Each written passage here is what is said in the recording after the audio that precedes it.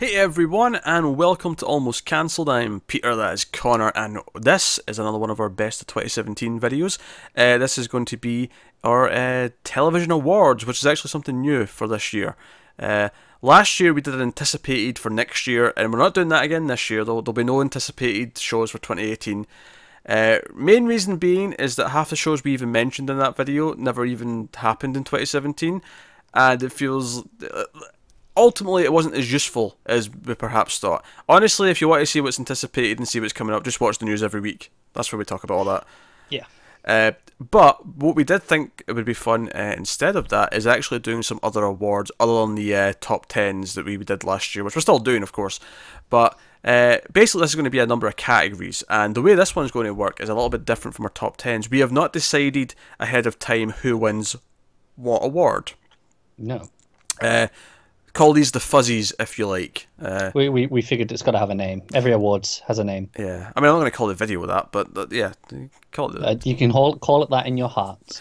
But yeah, so we've got a number of awards. You know, things like best actor, actress, supporting actor, things like best music, that kind of thing. There's no best show or there's no best writing and that kind of thing because we do have our top 10 shows coming up. That's something we're going to do in a separate show, a separate episode.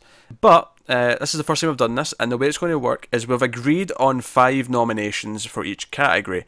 However, we've not picked the winner, and we're going to have the conversation and then pick a winner here or this in the might go episode. badly because this is the conversation we usually have off screen. Sure. Yeah, we have to tackle it a little bit differently because we're actually... Yes, I can't just fight you on everything.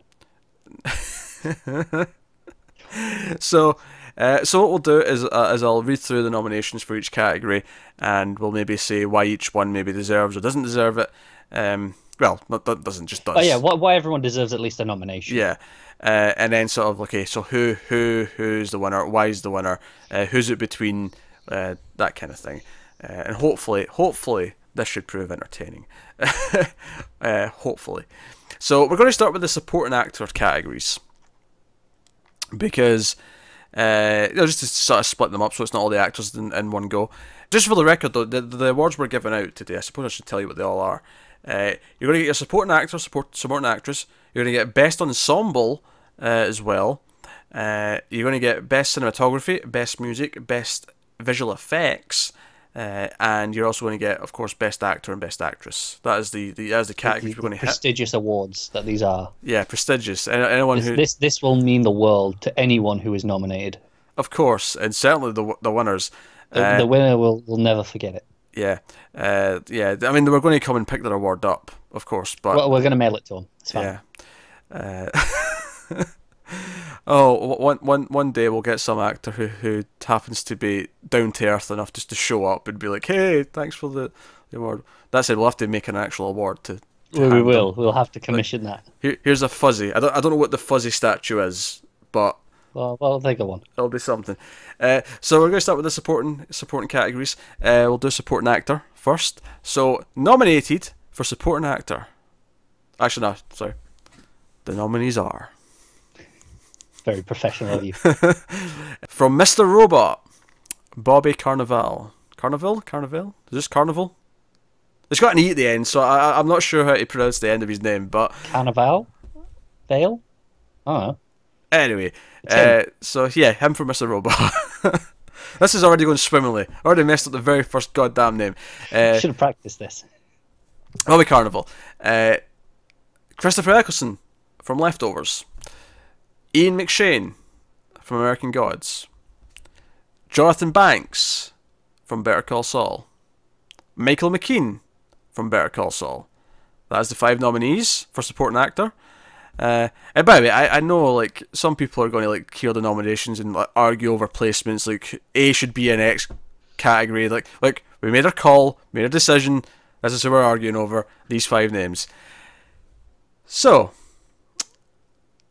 Interesting selection. We have 2 from Better Call Saul, of course, which is actually, I think, one of the only occasions on this entire list of awards where there's 2 people from the same show. I think it might be, yeah. Yeah, but we they were just too good to pass up. Yeah, we just couldn't not do it in this case. And you know, there was almost other examples of it, but most times we kind of like, shied away from it. But this was a case of like, no, these two are nominated, and they've always both been great. Jonathan Banks as Mike has been. He's been a staple of fantasticism since his work in Breaking Bad. That was not a word, but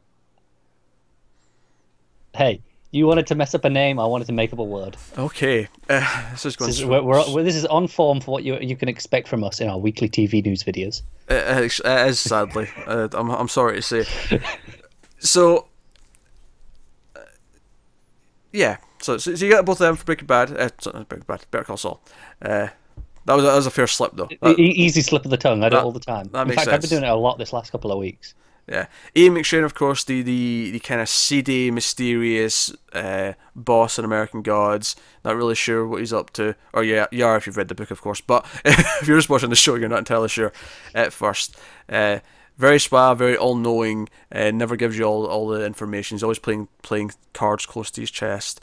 Christopher Eccleston, of course, the religious Matt, the very devout believer of lots of things, very extreme beliefs. Yeah, I think this is something he had a bit of a slightly different character in this season of Leftovers, in the way that he was much more aggressive in his views, and he had a wider range of what he was doing.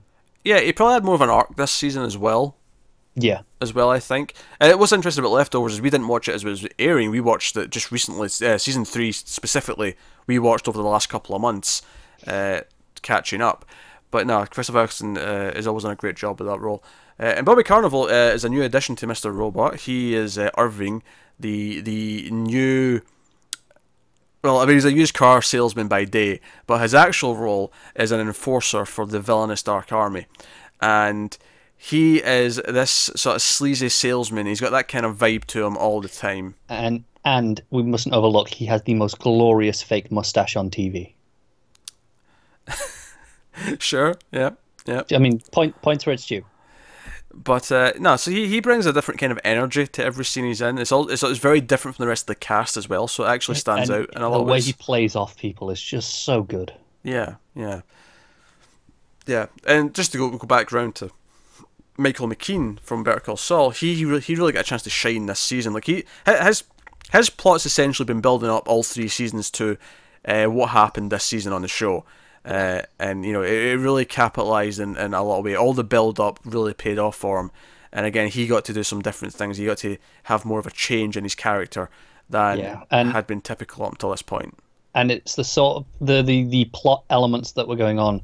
They're the sort of thing that you can only do if you're a really good actor. Like, you know, you have to be solid enough to pull this off, otherwise it comes off as cheap. Yeah, and it just hits so hard. Yeah. And Jonathan Banks from Better Call Saul, he constantly has entire extended sequences where he doesn't say a word. Yeah, one of the best non-verbal actors. Yeah, he does his whole thing. He does this great thing where you realise what his plan is, like halfway through as he's doing something, and it just kind of clicks. But you can tell what he's always doing with his eyes. He's always like on the lookout and that kind of thing. Master of acting with the body language. Yeah. So that's the 5 picks. And I guess we have to decide who's winning this.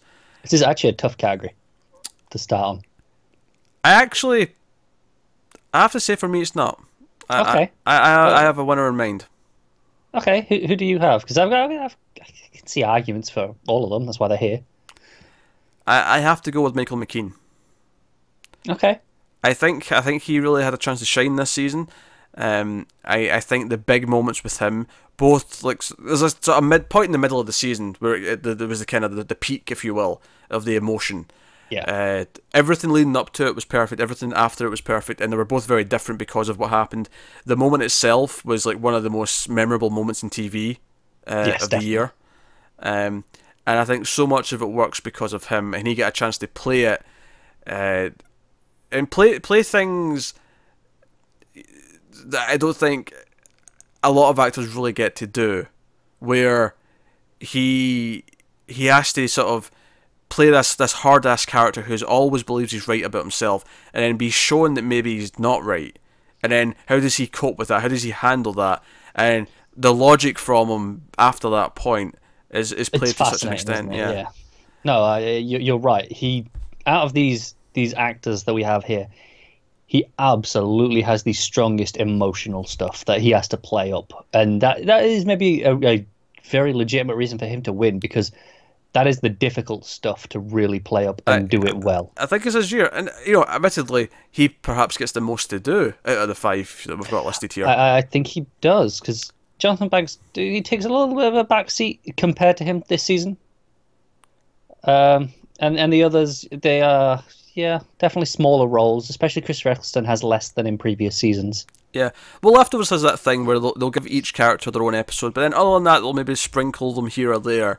Yeah, But they're not a constant presence. Whereas, you know, Better Call Saul, most of the main characters are in most of the episodes. That you, they are. you Yeah, typically expect to see them all in some capacity. yeah. But Michael McKean gets my vote. I'm happy to give it to him. I think he did a phenomenal performance, and he did sell that character arc, as we said, and that character arc is probably the crux of the season as well. Has a lot of depth as well. It's not exactly what we thought it was when the show started. It's developed a lot over time. No, and like I say, you know, it peaks in the mid, like directly in the middle of the season, and it shifts from there. And it's also his character arc is the ending moment of the season. It's the final moment is to do with his arc. And your sympathies change as well. And that's just a sign of great growth and sort of pulling the rug out from under us and making us think about who he is and so on. And again, it's the performance. You can predict what he's about to do sometimes based on his performance. You can see it in his face. You can see it in his eyes what he's thinking. And that is, you know. So there you go. First ever Fuzzy goes to Michael McKean. Here you go, Michael. We'll get in the mail. So we'll do Best Supporting Actress as the next category. The nominees are Ann Dowd for The Handmaid's Tale, Aubrey Plaza for Legion, Portia Doubleday for Mr. Robot, Rhea Seehorn for Better Call Saul, Cheryl Lee for Twin Peaks. It's a lot of solid acting going on this year, isn't there? It's also a lot of very different characters. I'm just, you know, Ann Dowd plays this militant, she's in charge kind of, like officer kind of character on Handmaid's Tale. Aubrey Plaza, I can't give too much away spoilers. Is out there. It's a wacky character, we'll say that at the very least. Portia Doubleday with Angela and Mr. Robot this season got to play someone who, again, had a very big difference from the first and second half of the season, but again, very sort of a broken character in a lot of ways.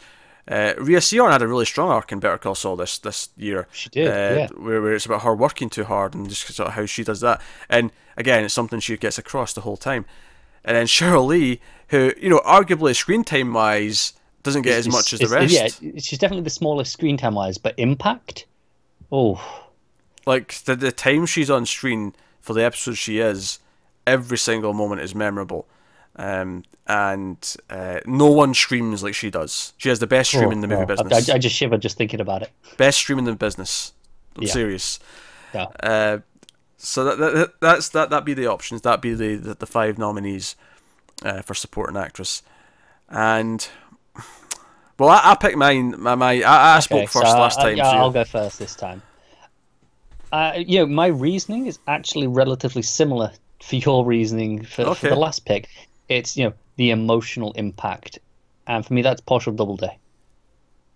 Her scenes, you know, they had like, you know, emotions pouring out of me in ways that some of the others just didn't, and no fault of the acting, just, you know, through what her scenes were, and yeah, just like her impact on you know the emotions rather than just the impact of what she does. You know, like we're saying about Cheryl Lee, it just has an extra level for me.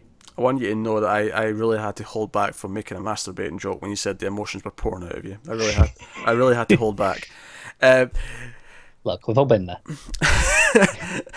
I don't know if pouring is quite the right word though. If it's pouring out, see a doctor. Do you know what? Just to make that, honestly, I wanted to build some suspense, but the short answer is I agree. I actually was thinking Portia Doubleday anyway.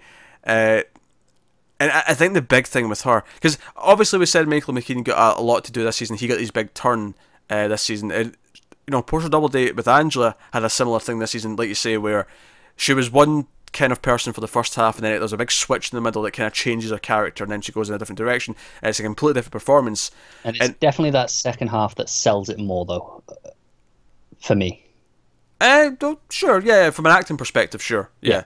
From an interesting perspective in terms of the plot, I think it's equal on both sides. Oh but, yeah, you have to have both of yeah, it to work. From an acting perspective, I get what you mean there, though. She's great there, but what I kind of want to sort of commend as well on top of that is I feel like she, and again, this is part of the character and, as well as the acting. Again, it's giving her more to do and giving her the meat to actually, make the dinner with, to use a horrible analogy. But I do think that she got a lot more this season. I feel like her character had been, good, Yeah, for the most part, up until towards the end of season 2. But then the end of season 2 really gave her this new kind of twist on it. And then season 3, it was her time to shine. It was like, no, this is Angela's season almost. it's funny because when I think about just in terms of screen time, I don't know if she had that much more than usual. It's not that she had more screen time, it's that what she had Was just so much more interesting. it was more directly relevant to everything else that was going on as well. It was really bringing in the themes. It mirrored Elliot's character as well and what he was going through, because they both have a very similar past in their grief, and it's mirroring all that stuff. And I think, people use their eyes to emote, and Portia Doubleday has some of the biggest eyes I have ever seen. She basically has anime eyes. I mean, they should just cast her for that Alita movie, and they didn't have to use CG and make it creepy. Just use her. It's true. She's got the eyes already. It's fine.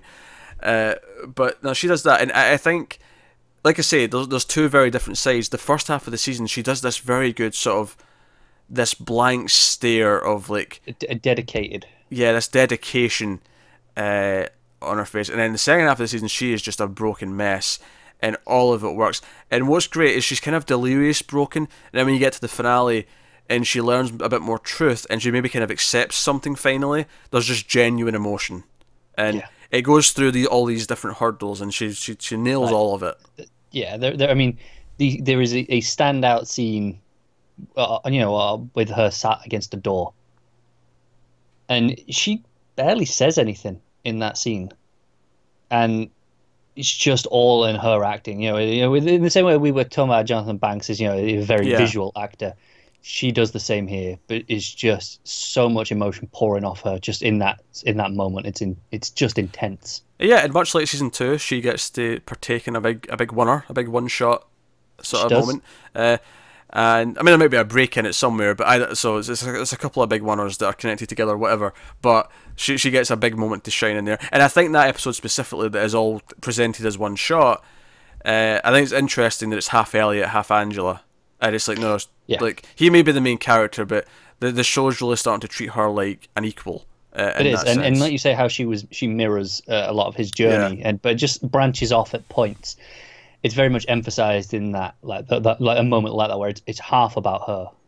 Yeah. So Portia Doubleday, get the fuzzy for best supporting actress, and there we go. So before we move on to some non-acting stuff, this one's mostly acting as well, although arguably it's also about chemistry, which I mean it's still kind of acting, but it's also kind of a natural thing. But we have best ensemble, and the nominees are Agents of S.H.I.E.L.D., The Expanse, Mindhunter, Stranger Things, Travelers.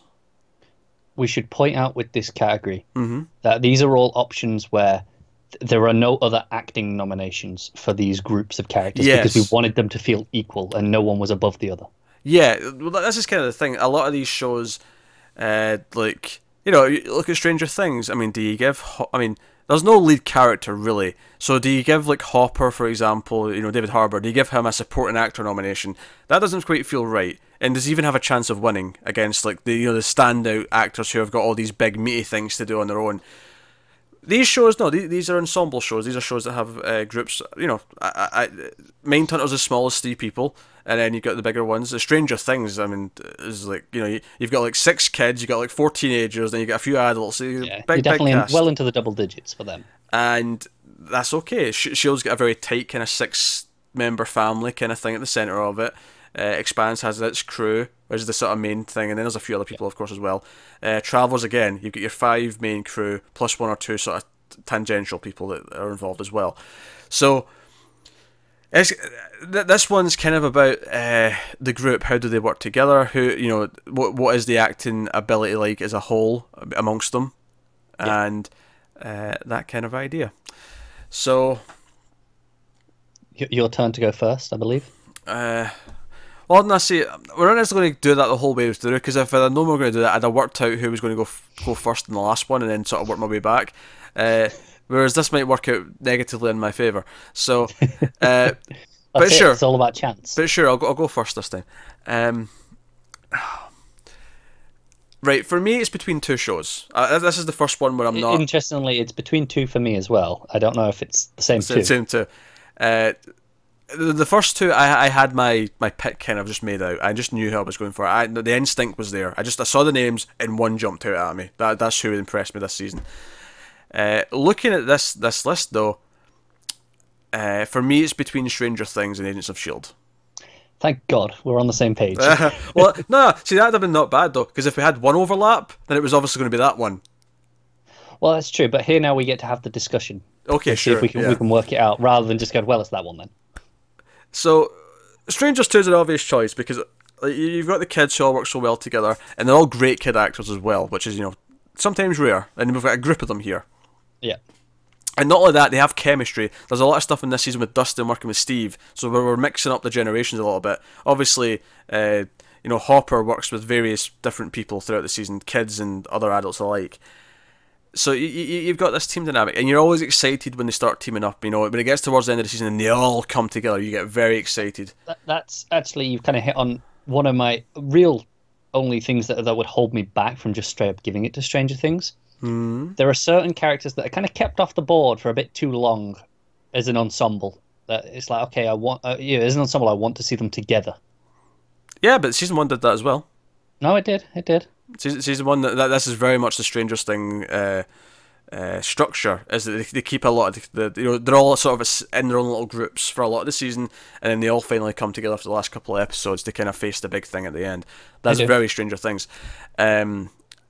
Agents of S.H.I.E.L.D., of course, we've had this group together in some form since the start of the show, and we're in season 5 now. Although, admittedly, this is largely for season 4, the back half, the final 2 arcs. Season 4 was split into 3 sections, and the final 2 sections were both after Christmas this year. And they were both the best the show has ever been. Yes, LMD and Agents of Hydra were the 2 arcs that happened after Christmas, and they were both phenomenal. And then we've had a little bit of season 5 as well, of course, just over the last few weeks. And it's been doing some really interesting stuff. Now, I think S.H.I.E.L.D., again, it makes sense to be in this ensemble category in a lot of ways. One being that obviously it was started by Joss Whedon, of course the creator of the hit television show Buffy the Vampire Slayer. Oh, you had to get it in your awards shows, didn't you? Wasn't in the last one. I'll retcon it in. We'll record a little insert. I'm joking, but it has that core family dynamic. It has that, like Buffy did. Buffy had the Scooby Gang, and you always thought of them as a team. S.H.I.E.L.D. has the same thing, and obviously you just call them S.H.I.E.L.D. because it's the name of the show. But S.H.I.E.L.D. was a much bigger thing a lot of the time. Yes. But we've got this core group of characters. And much like a good show, there's been newer members. Mac came in season 2. Yo-Yo came in, I think, season 3. Yeah, season 3. Late season 3, right? No, it was fairly early on, season 3. Okay. I think she just had a smaller role in that season. Oh, she did, yeah. She's been a guest for 2 seasons. Kind of missing it a little bit, yeah. But, we had Bobby and Hunter, and, they left, and one may be coming back soon. But it's a very strong thing, and they're so well set up against each other that when they start playing with plot lines where one of them might secretly be a robot who's replaced the real person, and they're figuring those things out, that you understand the little hints, you get them all because they're so well entwined with each other, you understand who all the characters are, and when the other characters start to notice something, it really hits you, It does, and as well as not just the core cast, the core team, the support has been excellent, especially in season 4. Where we had Ada, who was a fantastic addition, who played off them so excellently. Yeah, she was a great villain. She's maybe the best villain in the MCU. And And that's it. But she wasn't always a villain like at first. You know, like the idea of mm, just the character evolved, and we've heard that here about the rest of the cast have grown, of course. oh But yeah, they've all even the villains had real depth. yeah they've all grown, and they all have relationships that have developed over time. And Fitz and Simmons, like I'm always like TV couples I don't necessarily root for that much, but I really care about those two. And like everyone else cares about them. Is this again this family dynamic where everyone else is concerned about them, how they feel about It each is, other? yeah, It's a thing that's there. They all have their role to play. Mac's the one who's constantly making movie references and like worried that things are going to go bad, and there's a real heart to the team and how they care about each other. And I think I don't want to get into spoilers, but there's a sort of thing at the end of the season 4, where they come out of the thing and they're all kind of messed up from what they've went through, and like, no, like we all screw up. We'll get through this together. There's like a real dynamic there yeah. that it works. They feel like this oddball family of people who have found each other, for whatever ever means. So, again, there's a real argument for that. So we got Stranger Things, we got Agents of Shield. Yeah. I think for me, talking through it there, I have to go with Agents of Shield. Part of that is, of course, these characters have been with me a bit longer now, and they've had more time to grow attached. Not all of them necessarily, but most of them have had that extra time. But also, I get them together more. I get them, like playing off each other, absolute maximum amount of the time as possible. Whereas Stranger Things, very good characters, very good acting, but just I need a little more interaction between a few other members that would maybe edge them out. I think for me. I think you're misremembering some things here. Oh, A lot of that last arc in season 4, they were very separate. although they were in for a that lot last of it. arc, but the arc before they were mostly all together, and they were all Yeah, a lot yeah, of it but was in I one, just one I'm, building. I'm playing devil's advocate. No, no, that's fair. But I'm including, what we've had of season 5 as well in my head. Again, they're starting to be they're splitting up, but there is still I'm getting chunks of them to like good chunks of them together rather than just pairings. Now, I'm probably going to agree actually that Shield takes it by a nudge. I think again going from an acting perspective. There's some really emotional stuff that played towards the season 4 with Mac. Fitz and Simmons were as emotional as hell. They have a standout scene towards the end of LMD that Yeah, they do. is just one of the best. I mean, they have that, and then there's this constant dread because of everything that's going on in the Agents of Hydra arc, where you're constantly worried about how this is going to end. You're constantly caring about the characters because the thought of them splitting apart is awful. You don't want anyone to be lost, left behind, or anything like that. And that's it. The Agents of S.H.I.E.L.D. has shown. I mean, we said how the group has changed over the years. It has not been afraid to kill characters. You have characters leave the group for whatever reason. That's true. So there is a genuine sense of concern that something can go wrong. We could lose a main member.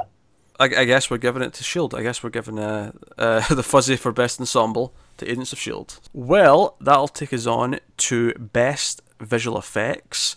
So this is our next category, and we're into sort of one of the more technical ones, but it's something we often bring up when we're talking about the shows quite a bit in various ways. So we thought it'd be nice to sort of, especially since as shows are getting a bit more advanced, it's starting to get to feel like where a lot of shows are rivaling movies in their effects. It feels right to kind of say, hey, here's the best. Let's talk about them and award that. It should be acknowledged. So, the nominees are Channel Zero, No End House, The Expanse, Lemony Snicket's A Series of Unfortunate Events, Stranger Things, and Star Trek Discovery. So, what I like about our list there is there's a very wide array of types of things. Like, we could have probably easily picked like 5 shows with a lot of space stuff in it, or 5 superhero shows with a lot of like superpowers, or Yeah, and there's like also that. a mix of practical and digital effects in there as well. Yes. Are you pointing out the categories incorrectly named because I said visual No. effects? No, visual covers both of those. I think I'm just saying it's nice to have a variety in there. Like it's not all just okay. This is some really good CG. There's some good practical effects work as well. No, there is a lot of that in there. I think we're often impressed when they go above and beyond and they give us something we go, oh, that actually looked really nice. Like I wasn't going, oh, that just looked good for TV. Like Yeah, no, there's good for TV, and then this year we've had things that just that looks good. Yeah, Channel Zero, of course, had a lot of really interesting horror sort of effects with obviously some really creepy stuff, but some gory stuff, some kind of almost like horrific, like new age art house like sculptures at times with Yeah. stuff that it was messing with characters' heads. So that was kind of inventive in that way. The Expanse is a really solid space show, a lot of spaceships. It's Uh, a technical showpiece. Shoot in space, very, very high in the visual effects. And then on top of that, of course, you have a lot of little things in there, like the proto molecule being and all that kind of thing, where it's doing other stuff as well. It's got the design work to back it up. Yeah, and it has a very consistent style. It feels like a sort of lived-in, almost clinical kind of feel to it. It's got like a consistent tone of what the ships look like, how they feel when they're inside, all that kind of thing. It was very rare when we were watching the season that we said, "Oh, okay, now that one didn't quite hold." Once or twice, maybe over a season, but given the level of effects that it's consistently pulling off, Yeah, it's still it's really good. Series of Unfortunate Events, of course, is a very different thing again. A lot of practical effects. There's a lot of CG as well. I think this one actually is the one where you maybe don't realise how often there's CG. Yeah. Because there's some stuff where, okay, actually a lot of this background has to be CG. They're doing wacky things. You've got this house on the top of a hill at the edge of a cliff that, they didn't find this. This isn't somewhere. That can't exist. Yeah, this is all effects. And it never felt, and it does have this kind of cartoony quality to it, so it doesn't have to look photoreal in the same way that other shows might do. That's it. It has such a style to the show that it gets away with it almost. Because, like you say, it's not photoreal necessarily, but it's perfect for its style, so it doesn't look out of place. And that's the problem with effects when they look out of place for the scene. Yeah, you're never cringing because, oh, that CG looks rough. It never feels like that. But it has this bold, vibrant kind of thing going for it where it works. And if it sticks out, it's supposed to stick out. And it's working in that sense. But again, appropriate for the content. Stranger Things has a lot of big stuff in this season in particular, especially in the Upside Down. You see all this wacky stuff. You've got the small monsters, the demi-dogs. And so you've got all these things going on. You've got some more telekinesis powers. We had some of that in season 1. It's very consistent. It is very consistent. There's a lot of sort of stuff that's in the dark and that kind of thing. And again, none of it ever feels like it's not adding up. Nothing ever feels like, oh, that looks like bad. That monster doesn't look up to par or not there or whatever. Exactly. I mean, it's CG, of course, but this is one of those times where I'm not sure the CG itself blows me away. Sometimes you'll see some of the CG and you'll go, holy shit, that looks incredible. And this doesn't do that. But like you say, it never looks out of place. You never notice it's there either, which is as much a compliment as well. Because it's like, well, if it's doing exactly what it needs to do, it's not taking you out of the moment. That's exactly what it has to do sometimes, and that's fine. And then Star Trek Discovery, of course, another space show like The Expanse. So we've got two that are kind of in a similar sort of genre ballpark, and again, this looks very impressive. This is an expensive ass show. Oh yeah, it's very consistent. It's very high quality effects. There's like space battles in the first episode that just rival the movies. Rival the movies. They do. They absolutely do. You can just feel money being poured at the screen. Which doesn't necessarily always mean it's the best effects, but it does mean that like you feel the production value every shot you're looking at. It never feels like it's slumming it in any way. And a lot of the times, like some of the simpler stuff when they go down to a planet and they use effects for the planet, and you compare it to the original Star Trek where they'd have this really goofy set, and here it's like, no, this is what it actually looks like on a planet now, where you actually see the entire planet with like blue leaves or something like that. We're talking a lot about the CG elements. This also has a lot of practical effects in the alien designs. Oh, sure, yeah. And they all look fantastic. Like a lot of them have. There's a few that are like really unique and stand out and look great, and there's some that are a bit more generic, but the quality of the costuming at least is solid. Oh yeah. Production value is through the roof on Star Trek Discovery.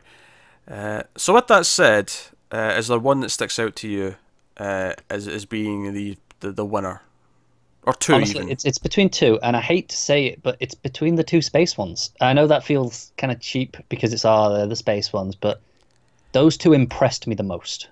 Well, that's the thing. I think what's impressive about those is not only does it look as good as it does, they have to do it more often as any of the other shows do.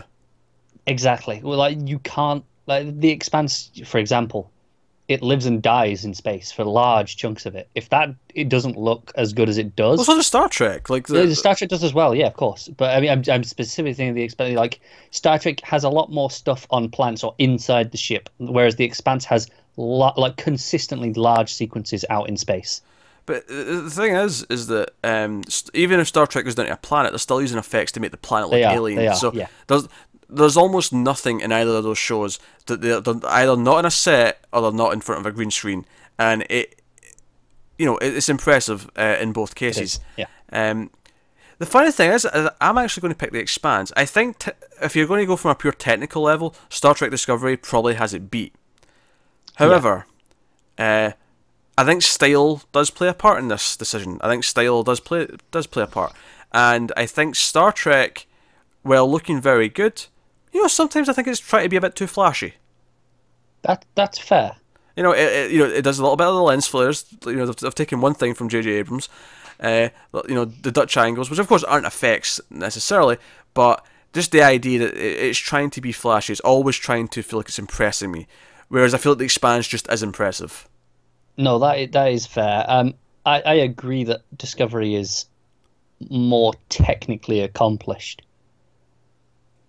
but like I said, the Expanse, it's just always just there. It's not making a showcase out of it. Yeah, Like like the first couple of episodes of Star Trek Discovery are this big space battle sequence that you were talking about. yeah, It's incredible, but it wants you to know this is incredible. yeah. Expanse never does that. It's shoving it in your face, and I think it expands even when it has a big moment effects wise. I remember like episode 4 in season 1, which wasn't this year, of course, but I'm just using this as an example. Like it built up to it, and then it felt like a big moment when we got this really cool thing where it was like, oh, I didn't know we could do that on this show. That's impressive. Yeah. Whereas Star Trek, right out the gate, it's like, hey, look at us, look at the money we've thrown at this, and it's all this big stuff, and sometimes I think maybe it from an effects point of view, it has its head up its own ass a little bit. Where look at what we can do. That's fair. Yeah, The only reason I might say maybe Discovery deserves it more is I do remember feeling with The Expanse that occasionally we'd go a couple of episodes without, heavy effects, so that when they were there, they always looked good. But we'd go, okay, every 3 episodes we'd have like a big effect sequence. Whereas I do feel Star Trek is pumping them out every episode. that's a fair point. I don't know if I necessarily agree that should even be a Okay. a qualifier in No, this that's case. fair. I mean, the effects that are there are always top quality in The Expanse, like I said. Sometimes holding back's actually the smarter thing to do because it makes them feel more special. No, that's fair. There's a balance in that because if it's too There little, is. you feel like they're avoiding showing them. If it's too many, you feel like they're just shoving it down your face. I feel like Expanse gets this really nice balance of like it's always there when we need it. It never feels like they're hiding it, but Yeah, yeah. it's not constantly down your I'm throat. I'm willing to go with The Expanse for this one. I really am because I remember being blown away by just how good this looks Yeah. on TV, and especially on sci-fi. I imagine it has a lower budget than Star Trek Discovery. I think that's another thing that's worth mentioning. Actually, is that I mean, Star Trek Discovery is from this new service. That's their big tent pole. They're trying to make it this big thing. I think we know what's effects on other sci-fi shows. I mean, I know we've got another one there in this case, but there's a lot of sci-fi shows that don't have great effects. So I think it says something that in a network that's known for having cheap content, The Expanse exists, it's and it looks not how it cheap. does. Yeah. So okay, Expanse, best effects. So there you go. There's another fuzzy. So moving on to best music or best score, more specifically. This is not including source music. This is not songs that play in the episodes. This is strictly original composition by a composer. So the nominees are The Handmaid's Tale, The Leftovers, Mr. Robot, Stranger Things, Twin Peaks. I just want to say this is not necessary to do with that topic, but I got a little bit of a dramatic effect there. I managed to listen to music while we're doing this through my headphones, and it did the bit I did a build like almost like a drum roll, and it stopped right as you went the effects the nominations are, and it did the drum roll, and then it stopped and you did it. It was excellent. That's wonderful news. It was.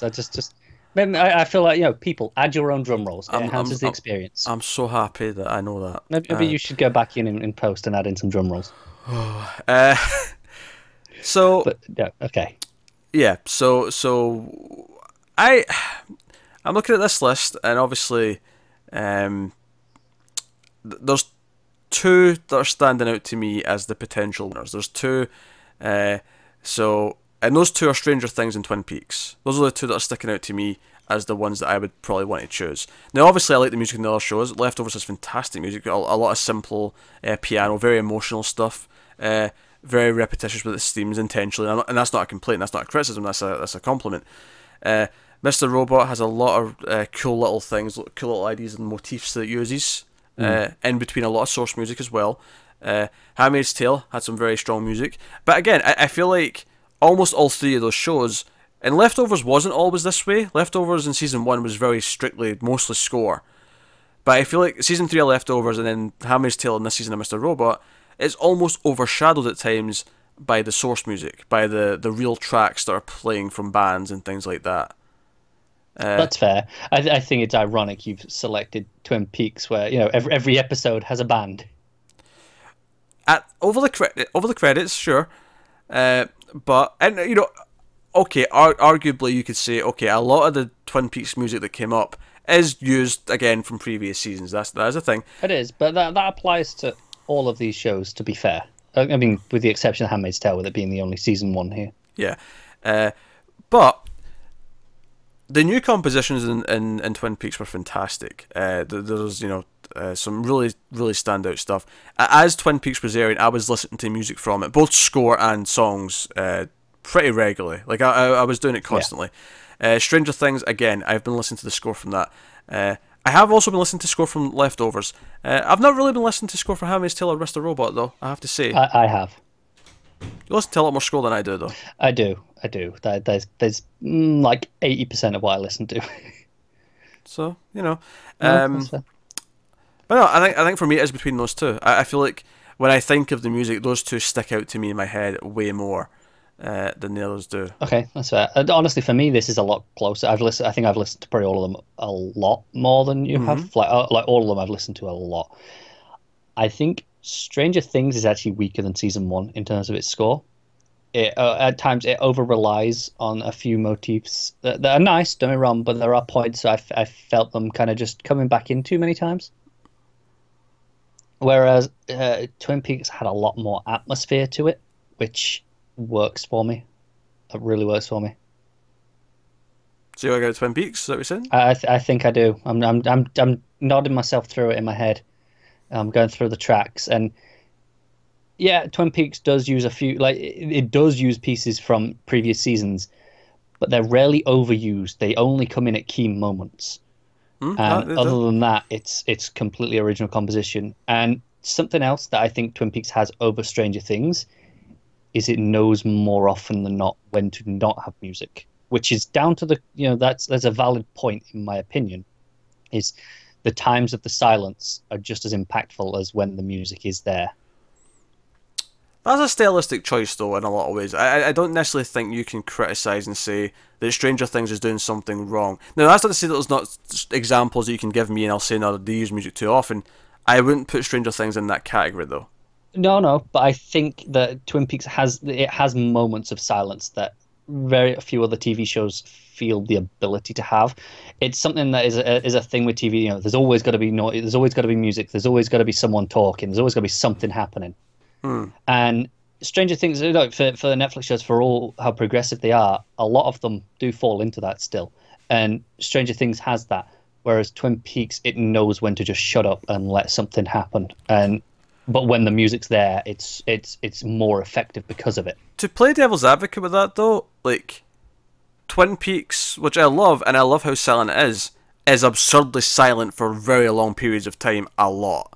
It is, but it does make the music feel. It has more impact when it is there because of it. No, it does, but I think what I'm arguing here though is that Twin Peaks, just by the nature of its style, is just kind of built into doing that because it wants to be silent for long stretches of time.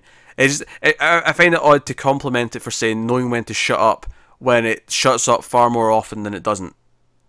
Oh, that's fair. I think that's just something I like personally. I like not having music as much as we often get on TV. I like just having, 10, 15 minutes even with nothing, and then a piece that lasts for 6 minutes. Hey, I love entire movies that don't have a lick of music the entire time. I'm not disputing the enjoyment. I think the comparison between them is weird. I feel like it's apples and oranges. Like they're two different things. It's two different Okay. styles of how you want to score it. Like I don't think for a second I'd want to take out any music from Stranger Things. Like I don't.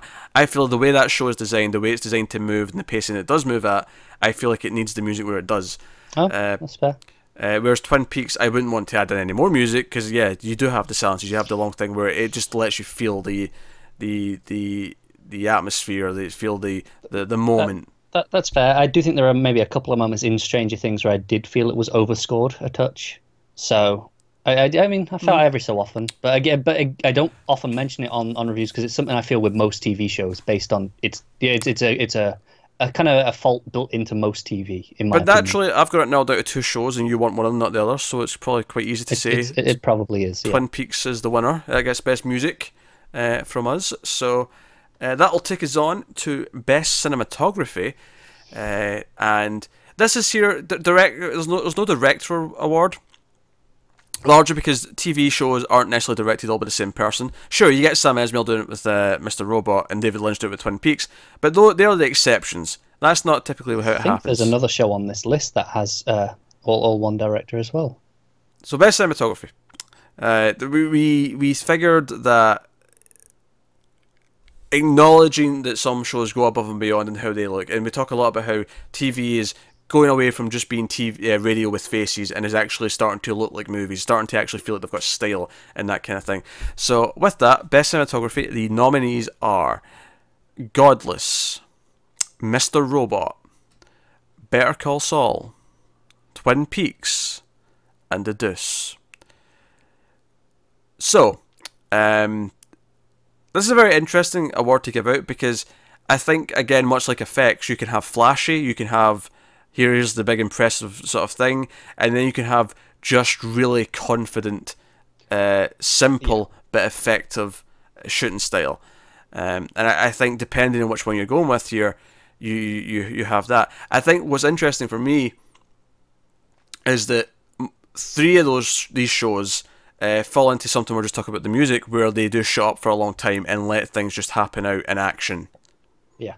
and just to show us things, using the camera work in addition to the acting to create the sequence of events in interesting ways. You know, I'd put Mr. Robot, Better Call Saul, and Twin Peaks all in that category in one way or another. So, but yeah, as far as picking a winner though, it's very interesting because obviously we have praised Godless. Yeah, I mean, we could To, go through what each one does well, because yeah, I mean, they are different strengths. Godless is very cinematic, very panoramic. Is big open vistas, That's definitely silhouettes. the closest you'll get to a movie in terms of cinematography. It's very stylized shooting style. Mr. Robot is very inventive. It does a lot of different things. There's an episode this season that was presented as one shot. There's an episode this season that was presented with a different aspect ratio. And these are things that it likes to do from time to time. Even just its framing is so unique to Mr. Robot. Like Yeah. you see it and you know it's there. Yeah, it has a defined style, has a unique style to the point where the framing is a character on the show almost, where you expect that if we came back after a season and all of a sudden we had normal headroom, we'd be like, what? What's happening? Something's wrong. Why is there not like a big gap between the top of his head and the top of the screen? This is weird. Yeah. Stop it, Sam Esmail. This is not what I expect. Do you know what I want to go and check? I want to check if every season it moves slightly, there's slightly less headroom, for the growth of the character. Oh, if anything, I think it's the opposite. I know, but I'd like that. I feel like the headroom's getting bigger as we go. It does. Yeah. But Better Call Saul is very, very confident as well. It's like we say, sometimes it just shuts up and it just uses the camera and. It has a fantastic sense of motion. I think what I'd say with Better Call Saul actually, it's got a fantastic. You say emotion, I say it's got a fantastic sense of pacing. No, that's fair. Even just between the cuts, the way it builds a scene. Yeah. I'm thinking there's a scene this season where Saul goes to a restaurant and is trying to see if he sees someone suspicious in the restaurant, and it's just him ordering his food, sitting down, looking around the restaurant, and it's so suspenseful. and It is, yeah. it's just him sitting in a fast food place. That's all it is. But it's the camera work with Yeah. his acting, of course, as well. But mostly the That camera work helps, yeah. is what's doing it, and it's playing as like a fiddle. It's great. Twin Peaks, very unique style, very David Lynch, of course. A lot of just wide shots. He likes to do a lot of wide shots and let the action play out sort of in the Lots frame. of very, very long shots. Also, very long shots. Again, he's someone who likes awkward timing. He deliberately paces his scenes in a very unique way that's unique to him, where almost anyone trying to do it his way will fail and it'll just not work. Somehow he knows what he's doing, though. He knows what he's doing. Yeah, it's hard to say why it works, but somehow it does. Yeah, and then this is actually one where there's a lot of talking. It's a very dialogue-heavy show, lot of good dialogue at that. And because of that, it's a very sort of restrained style. There's some very good moments, of course. There's very simple little tracking shots or tilts. The final shot of the entire show of the season is this very simple tracking back and just sort of examining the surroundings. The start and ending shots, like, you always know what it is because you can see it. Like as it starts going through the shot, you're like, oh, okay, I'm at the end. Yeah. So again, it's got a very defined style, but arguably it's the least flashy of all the options. It's definitely the least flashy, but it deserves acknowledgement for, like you say, it's so dialogue heavy, and it has very rarely has any action to actually, excite you visually.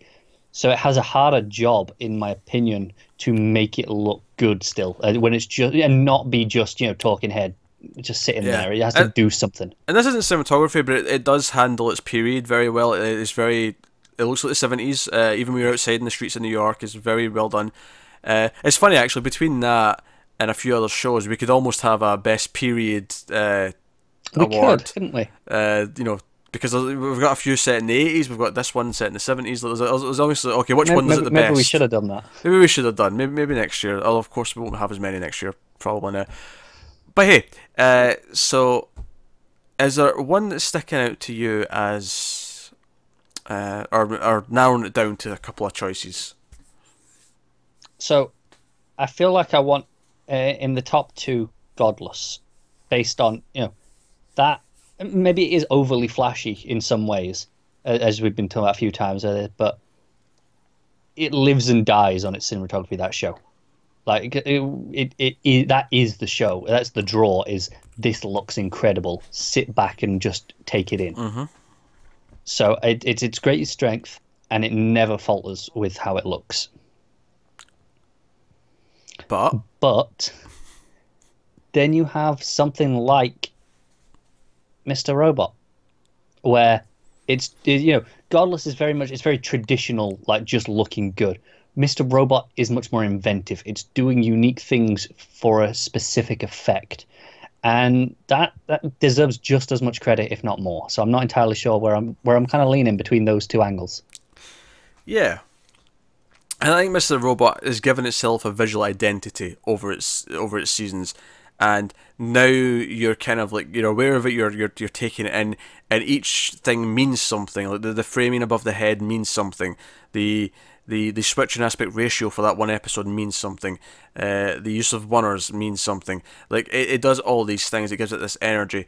Godless is very impressive. It was jaw dropping. That first episode, I was like, wait, this is how good this looks. What's going on? This is a TV show. TV, yeah, What's happening?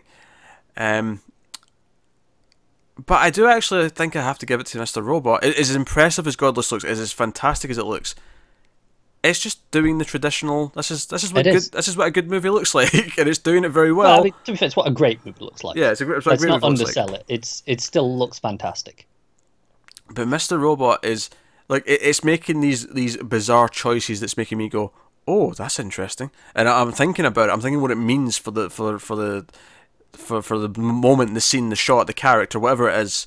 Yeah. And I'm thinking about it, and it's doing a good thing in that sense. I will concede, like I said, both are, it's kind of almost taste at this point as to which is better, because they are both so impressive in what they're doing. They're both doing what they're trying to do nearly perfectly.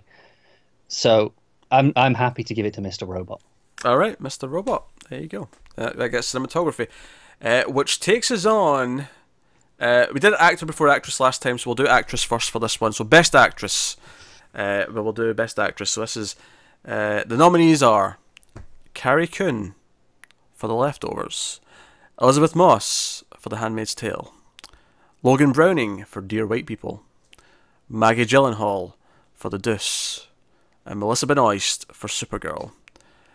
Which is notable because it's the one CW show being represented here. It's one of the, I think, in at least the leading and supporting, it might be the only network. It might be. And I think that's a testament that, you know, streaming and cable are typically better shows. However, Melissa Benoist gets a nomination here at the very least because she is a standout amongst those shows. Like you watch all four of those shows, she's the one who stands out. Certainly the lead roles as the one who carries her show the best. Yeah, she elevates. I mean, to be fair, this goes to a lot of the supporting actors, especially on Supergirl as well, like Charlotte Lee specifically.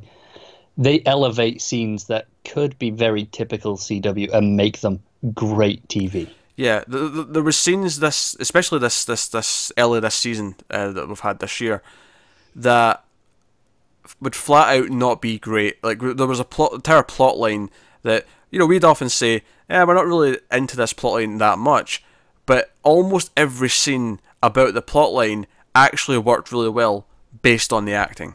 Yeah. And I mean, amusingly, that plotline doesn't have her in it. That wasn't her plot. It doesn't, but she often plays. But the point is, you know, above and beyond, and they elevate the show beyond what it could be. They clearly deserve the recognition. Yeah, this is an example of the lead star making the show much better by not just being good enough to be on the show, but actually raising the show up because of the charisma and the performance that gets brought with it. Maggie Gyllenhaal, of course, has probably the most interesting character on The Deuce to play. A prostitute who is maybe starting to think that maybe this life isn't for her anymore and wants to try and explore different avenues, which leads to more of a sort of business sense that she maybe has, and she's much smarter than maybe most people would give her credit for. Yeah. It's a very interesting character. You see this person breaking down over the course of the season, and there's a lot of interesting things to explore there. She's very confident, but at the same time insecure about various certain things. Yeah, and we mentioned previously how The Deuce, it's all character. Yeah. You know, like, you know, it lives and dies on dialogue, and ultimately that comes down to the actors being captivating and, you know, making you believe it, and she does. Yeah, and of course, acting is a lot of direction as well. Like the directors making sure the performances are consistent and all the rest of it, making sure they're doing the right thing for the scene. But she, you know, she's different, and it's a character who's different with different people. You can, I mean, obviously, she's the cores there are the same, but she's very different when she's talking to her mother versus talking to a John versus talking to someone who she's kind of friendly with. And she has characters she becomes more friends with over the course of the season, and all these different things. And I think my favourite part of it is when you see that spark in her eye, when you see she's got the idea, and we see that she's sort of taking the initiative as the season goes on, and you see her forming what might become the new career, if you will, and it's all in there with her. So that's that. Logan Browning, of course, Dear White People. This was an interesting one to sort of break down and sort of pick someone, but she is kind of presented as the lead, and we come back to her more than we do anyone else.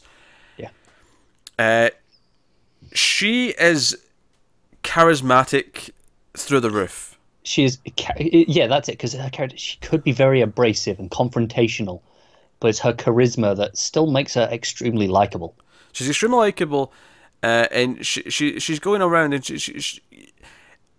she's kind of phony in a lot of ways. The character, like, she does a lot of like lies to sort of go along with the persona that she wants to present how she to wants the world. To be seen. And as we break that down and we see the kind of the insecurities, and we see that she wants to always be seen as this strong, you know, woke person. That word was used a lot in the show. She's a strong person who's aware of what's going on around her. But when, you know, you see the signs of insecurity, you see the signs of where she's not that perfect either. She has her faults. She has things. It's a very layered performance. It's very layered, and that goes for a lot of the characters on that show, to be fair. But it's a very three-dimensional character, and absolutely, she gives all the different dimensions to her, which I think without her it wouldn't work. So and then you have, of course, Elizabeth Moss from The Handmaid's Tale. Talk about tour de force as far as performances go. She carries the show. She is the show for large parts of it. Well, it's funny because it's not like the rest of the show like the rest of the show would be fine without her almost at the same time as Yeah, well. it would still be a very good show Yeah, with her, with someone else in the role. but she like we say, I think we said this earlier, but she's doing so much in the show. She's doing the hard hitting stuff where she is being a victim. She is doing she's doing the comedy in the narration as she's talking about herself, and she's adding this dimension. And it feels like no, she's making fun of this because she has to do that to survive. If she doesn't laugh about it, she's going to go insane. It's funny. I actually feel similar to her in the same way I do Melissa Benoist. She elevates the show. Like someone else there, you'd be a good performance, still be a good show. You'd still have all the other things we've praised. We've talked about music. We've talked about all sorts of things over the past however long we've been going. And yeah, but and it wasn't nominated for cinematography, but it was on the shortlist. Like it almost got there. Yeah, it was a good year for cinematography, to be fair. Yeah, but it was considered. So it's still technically a good show. Lots of other good parts of it, but she still goes above and beyond and makes it into something special. Yeah. There's gravitas, the anger when she gets angry, the fear when she's scared, the emotion, the breakdowns. Like she goes through so much in that season, and every single moment is nailed. Where you're just captivated completely.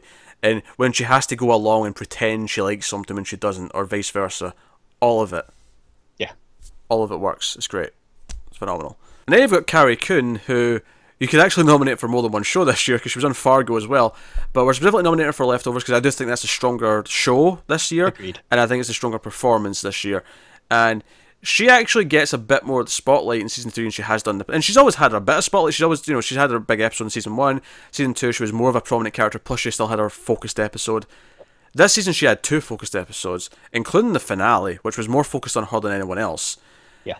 And she's a character with a lot of pain, a lot of hidden layers and faults, which are actually really easy to see from anyone else's perspective, but she doesn't see them. And that is like part of the greatness of the performance, is you get the lies she tells herself. You get it all through her. Yeah, it's again, there's so much going on with her performance in this. There's just so many parts, depending on who she's interacting with. If she's talking to, her brother, her partner, just random people, who she has to interact with, depending on who she's around. But they're all still her. Yeah, it's fantastic. No, it's great. Which makes this a very tough category. Well, it would be if there wasn't for me. Yeah, it would be a very that's above the pack. It would be this is everyone here is fantastic, but Elizabeth Moss is taking this, right? There's no. And I feel bad for the rest because in any other year, I feel like the others could win. We'd be deliberating about all the others. We really would. But luckily for us, Elizabeth Moss. This might be the easiest category all night. Yeah, she had such a home run with that show. She's given so much to do. She nails so many different feelings in so many different contexts. And part of why that show feels so punishing is because you feel her being punished. You feel it in your soul. Yeah. It's a breakout. So Elizabeth Moss gets the fuzzy for Best Actress. So that takes us on to our final category of this video. Again, our top 10 shows of the year are coming. Our top 10 new shows of the year already went up. We also have best top 10 individual episodes coming up as well. So all these things are coming. So the last category for this show is Best Actor. And the nominees are Bob Odenkirk for Better Call Saul, Dan Stevens for Legion, Justin Theroux for Leftovers, Kelly MacLachlan for Twin Peaks, and Rami Malek for Mr. Robot. I think it's interesting, just before we even break them down, how multiple choices here are playing multiple versions. They're very, distinct, not necessarily personalities, although that was obviously there on some of them, but just very different versions of their characters at multiple times across the season. Yeah. That's true. It's definitely a theme. Some more than others, but definitely some more than others. But they've all got I think all of them have dual identities to a point. Yeah, Dan Stevens probably the least so, I'd say. Yeah, yeah, but he's still dealing with how he presents because he's a very fractured person in itself. Like Yeah. Oh, he's sure, his yeah. character is in a mental institution, so he's not necessarily all there all the time. So he has that going for it still. Yeah. Uh, yeah, it's a fascinating list here. Bob But Odenkirk's such a dependable, it is, actor and, as and of Saul. course you have his difference between Jimmy and Saul as well. Yeah, and you have whenever he actually does sort of like get emotional, and he has this thing where he gets close to the edge, and there was a lot of surprising things with his character this year. And even when he's doing something bad, when he's going off the deep end, when he's breaking bad, if you will, if you want to use that phrase, it really hurts because he's so likable that you're like, no, and you know it's And inevitable. You know what's going to happen. that's why he gets some extra credit compared to some other roles, perhaps, where we know where this character ends up. We know, okay, this is what it's going to be, but he still makes it hurt when we're Yeah, watching it. no, it absolutely does. Justin Theroux, of course, much like Carrie Coon on Leftovers, it has so much to do. Uh, so much pent up rage and anger, and so many like it's been obviously been a long thing over the course of the whole show, but this season specifically, when we finally get to the end of the journey and he gets a chance to actually kind of finally admit what his problems are, and those moments of realization, and again, like you say, kind of getting to play two sides of himself Yeah. at different points. Uh, I think it's obviously it's a very common theme. It's the idea of we mentioned it very overtly with Dear White People. It's the idea of having a public persona and a private one, but this these just amplify it to the extremes to show us that. yeah, that's not what Kelly MacLachlan's doing. Kelly No, Carl MacLachlan, MacLachlan's just playing two different people. hell, more than two, depending on That's just true. what you're counting. He's playing at least three people on that show. Yes, you're right. Three main people, and then there's probably some smaller variations thereof as well.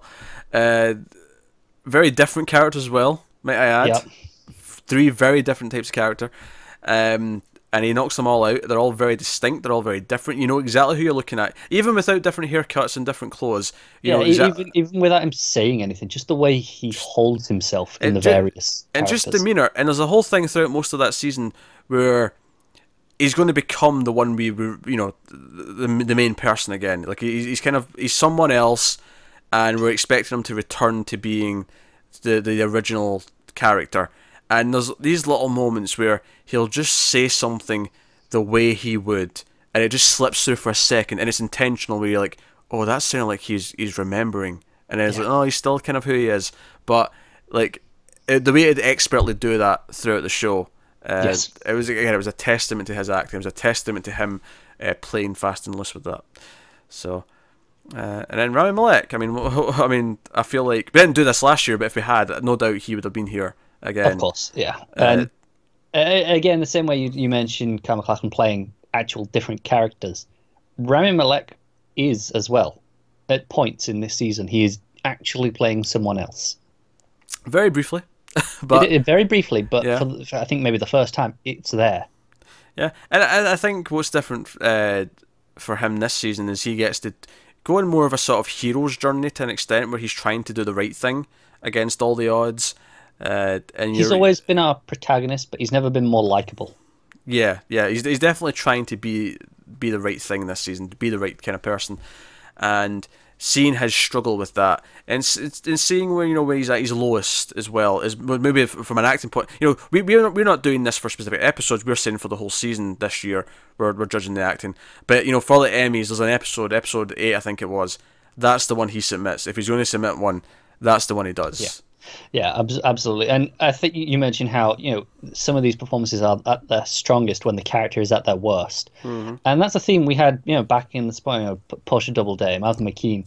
It's when the character is broken that the acting truly shines through, doing something extra above and beyond.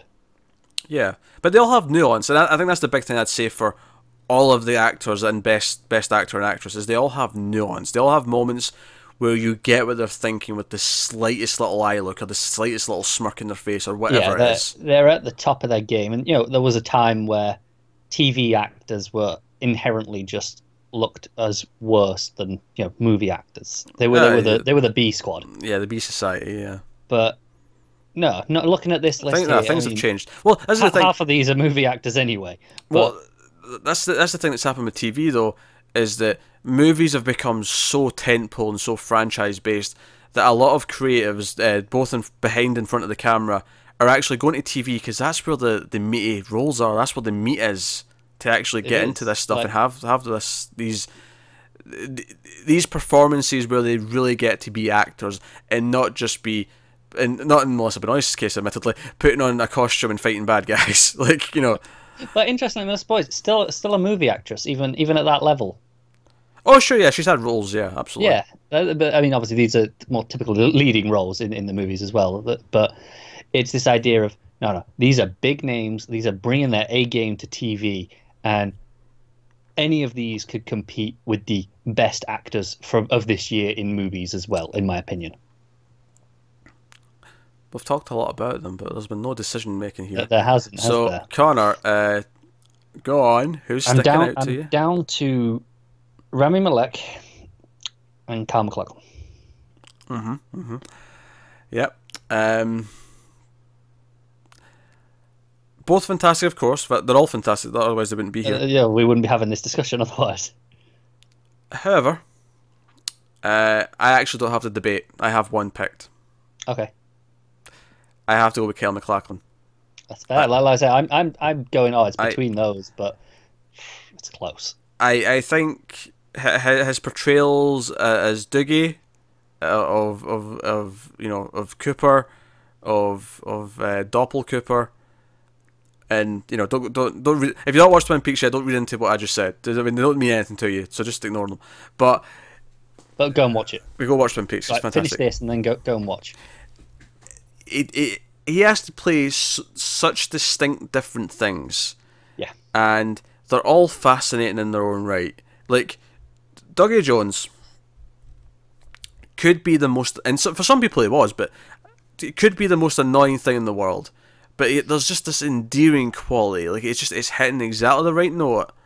Where it's the way he phrases things, I think. Yes. For Dougie, it's the way he'll sound very innocent and lost, but have some weight to it still at times. Yeah, and like the season lives or dies on his performance. It really does, and in a lot of ways. And it does, yeah. I think when there is that turn towards the end, it's so exciting, it's so riveting, and the demeanor changes, the voice changes, the way he moves changes, everything changes. Yeah. I think it's interesting you say that the season lives and dies on his shoulders, because it does. Don't get me wrong. Mm-hmm. I think I mentioned Rami Malek was my other choice. I think this is the first season of Mr. Robot where it's not all on his shoulders. Usually, I think it is, but I think this season it broadened the scope a bit and let other people, carry some of that burden for him. And they all did it remarkably well. They all did. They all stepped up. Don't get me wrong, but I think it's interesting that you mentioned that there. Yeah, and if nothing else, I'm not going to get a chance to give it to him next year for Twin Peaks. So. Well, that said, you might not get a chance to give him Mr. Robot next year. Okay, sure, but I know Mr. Robot will be back. If it's not next year, it'll be back the following year. It will, yes. Twin Peaks, there may never be more. And I feel like if I'm getting one chance, and I feel like he gets, from an acting perspective, I feel like he gets more to do in this season than he ever did in the original show. Agreed. He took the challenge and he just performed excellently. So no, Kyle MacLachlan then, the best actor in the Fuzzies. Award goes to him. That is the most prestigious award in the world, and they should be honoured. Forget your Oscars. This is where the real things happen. Kyle MacLachlan and Elizabeth Moss should be just delighted with themselves right now. So that is our first ever television awards. Again, not all the categories you would expect on an award show, because we do these other videos, the top 10 shows, top 10 new shows, top 10 episodes. One's already up, the other two are coming up over the next few days. That said, if you have suggestions, you can let us know and we'll consider them for next year. Yeah, for suggestions for more categories, we will happily suggest them. That said, this one's been over an hour, so it's not been a... it's not been a short video anyway, so we clearly had enough discussion out of this. So Anyway, that is that. So yeah, by all means, let us know what you think. What are your picks out of our nominees, or what are your own nominees? If we didn't, if you had someone you thought, oh, should have been, especially because obviously these are just from shows that we watched. You might have watched another show where you're thinking, oh no, this Yeah, person should have been nominated. there are also things that both of us watched, because obviously there are shows that you watched that you would have nominees. There's shows that I watched that I would have nominees. That is true. I might have fought for Alison Brie in Best Actress based on Glow had I. Yeah, I can't dispute it because obviously I haven't seen it, but it makes for no discussion, unfortunately. Exactly.